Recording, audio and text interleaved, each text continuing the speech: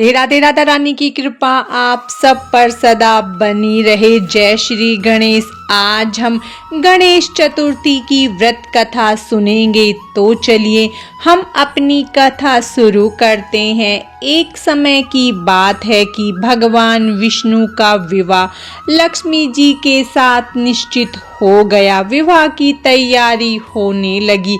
सभी देवताओं को निमंत्रण भेजे गए, परंतु गणेश जी को निमंत्रण नहीं दिया गया। अब भगवान विष्णु की बारात जाने का समय आ गया।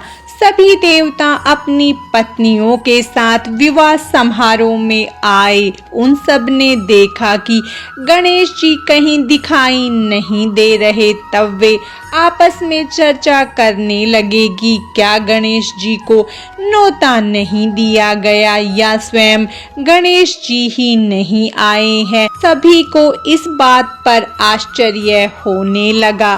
तभी सबने विचार किया कि विष्णु भगवान से ही इसका कारण पूछा जाए। विष्णु भगवान से पूछने पर उन्होंने कहा कि हमने गणेश जी के पिता भोलेनाथ को न्योता भेजा है। यदि गणेश जी अपने पिता के साथ आना चाहते हैं तो आ जाते। अलग से न्योता देने की कोई आवश्यकता भी नहीं थी। दूसरी बात यह है कि उनको 1.25 मन मूंग, 1.25 मन चावल, 1.25 मन घी और 1.25 मन लड्डू का भोजन दिन भर में चाहिए। यदि गणेश जी नहीं आएंगे तो कोई बात नहीं है। दूसरे के घर जाकर इतना सारा खाना पीना अच्छा नहीं लगता। इतनी वार्ता कर ही रहे थे कि किसी ने सुझाव दिया, यदि गणेश जी आ भी जाए तो उनको द्वारपाल बनाकर बैठा देंगे कि आप घर की याद रखना। आप तो चूहे पर बैठकर धीरे धीरे चलोगे तो बारात से पीछे रह जाओगे। यह सुझाव भी सबको पसंद आ गया। तो विष्णु भगवान ने भी अपनी सहमति दे दी।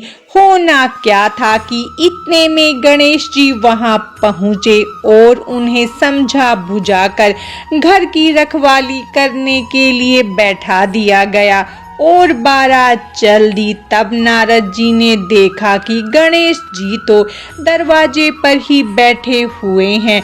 तो वे गणेश जी के पास गए और रुकने का उनसे कारण पूछा। गणेश जी कहने लगे कि विष्णु भगवान ने मेरा बहुत अपमान किया है।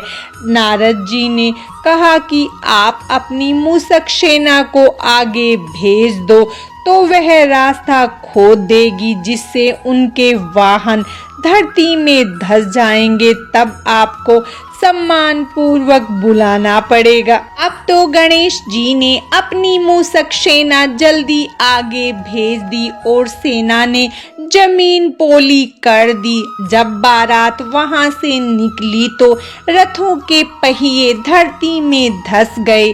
लाख कोशिश करे परंतु पहिए नहीं निकले।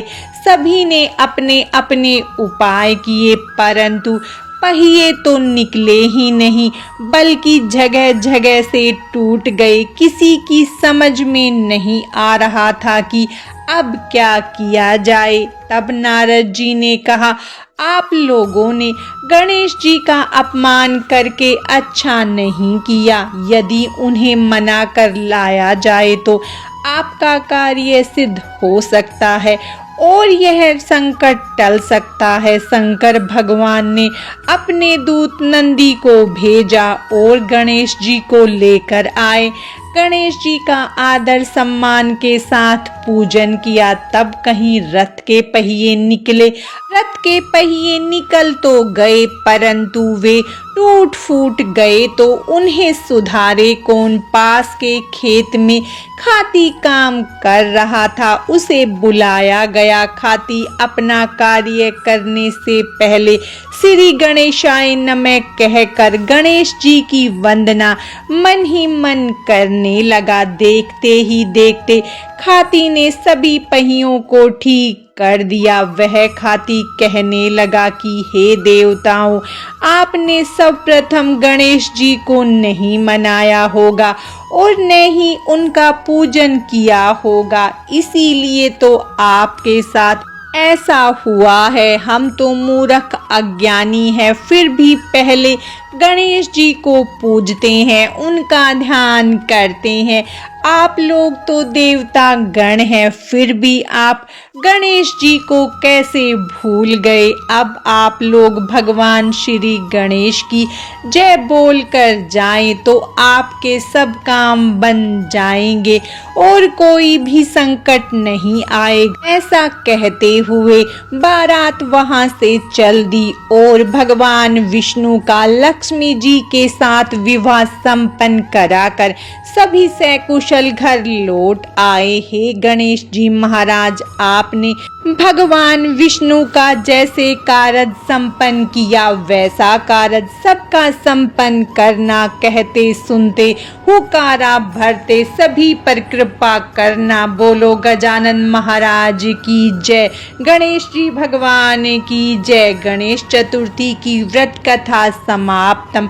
भगवान गणेश की कृपा आप सब पर सदा बनी रहे। राधे राधे।